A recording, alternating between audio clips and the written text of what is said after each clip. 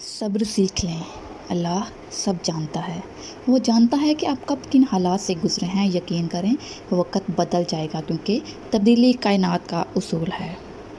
زندگی میں بعض اوقات کسی پریشانی کا آنا آپ کو بہت سی پریشانیوں سے بچانے کے لیے ہوتا ہے۔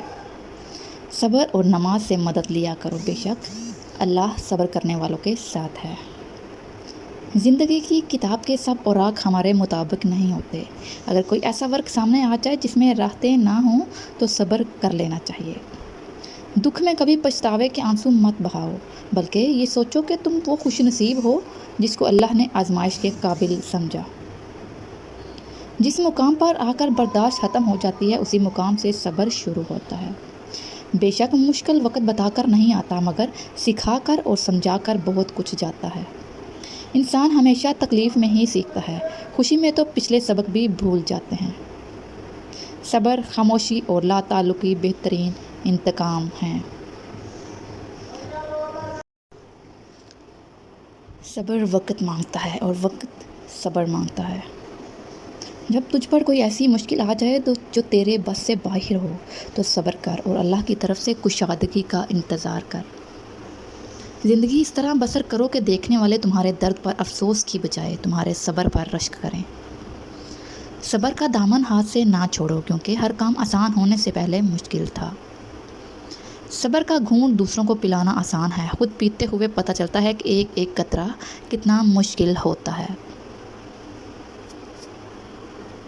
مرد کی جیب میں اگر عورت کی وفا ہو تو وہ دنیا کا سب سے امیر مرد ہے۔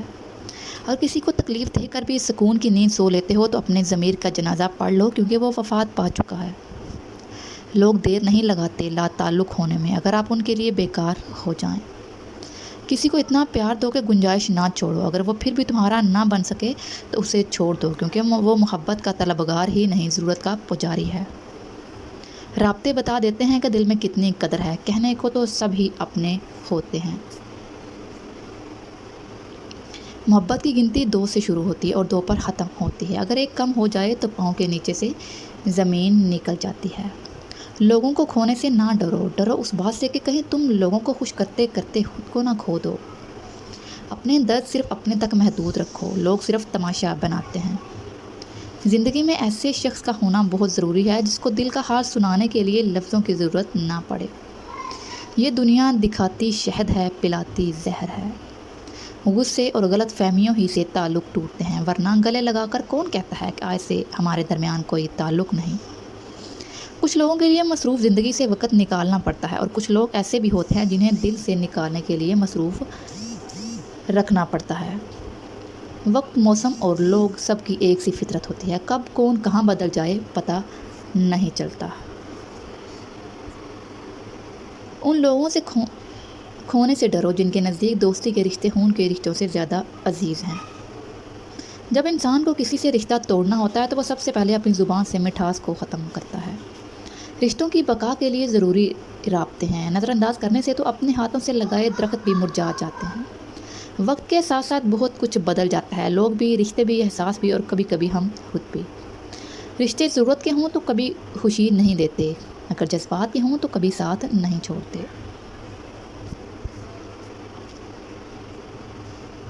کاش کہ لوگ سمجھ سکے کہ رشتے بنانا اصل بات نہیں بلکہ اصل بات ان رشتوں کا نبھانا ہے۔ مخلص رشتوں کو مجبوریوں میں بھی ضائع نہ ہونے دیں کیونکہ مجبوری تو ختم ہو جائے گی لیکن رشتے دوبارہ نہیں جڑیں گے۔ رشتے اور شیشے دونوں ہی انسانی غفلت سے ٹوٹتے ہیں۔ ہمیں یہ یاد رکھنا چاہیے کہ شیشے کا متبادل تو مل جاتا ہے مگر رشتے کا متبادل رشتہ نہیں ملتا۔ ملنا اور بچھڑنا زندگی کا حصہ ہے لیکن بچھڑنے کے بعد ملنا زندگی کی امید کہلاتا ہے۔ فاصلہ کسی رشتے کو جدا نہیں کر سکتا اور وقت کسی نئے رشتے کی تخلیق نہیں کرتا۔ اگر جذبات سچے ہوں تو رشتے ہمیشہ قائم رہتے ہیں۔ رشتے مفت نہیں ملتے، مفت تو سانس بھی نہیں ملتی۔ ایک سانس بھی تب آتی ہے جب ایک سانس چھوڑ جاتی ہے۔ جب تعلیم کا بنیادی مقصد نوکری ہو تو معاشرے میں نوکر ہی پیدا ہوتے ہیں، رہنما نہیں۔ علم دل کو ایسے شاداب رکھتا ہے جیسے خشک زمین کو بارش۔ تعلیم سے زیادہ ہمارا رویہ اہم ہے کیونکہ بعض اوقات ہماری تعلیم ناکام ہو جاتی ہے اور رویہ ہی معاملہ سدھارتا ہے۔ تعلیم انسان کو بولنا تو سکھا دیتی ہے مگر یہ نہیں کہ کب، کہاں اور کتنا بولنا ہے۔ جس گھر میں تعلیم اور نیک ماں ہو وہ گھر تہذیب اور انسانیت کی یونیورسٹی ہے۔ علم کی سب سے بڑی دشمن جہالت نہیں بلکہ سب کچھ معلوم ہونے کی خوش فہمی ہے۔ آداب انسان کو اخلاقی بلندیوں تک لے جاتا ہے لیکن علم نہیں، کیونکہ علم تو شیطان کے پاس بھی بہت تھا لیکن آداب نہیں۔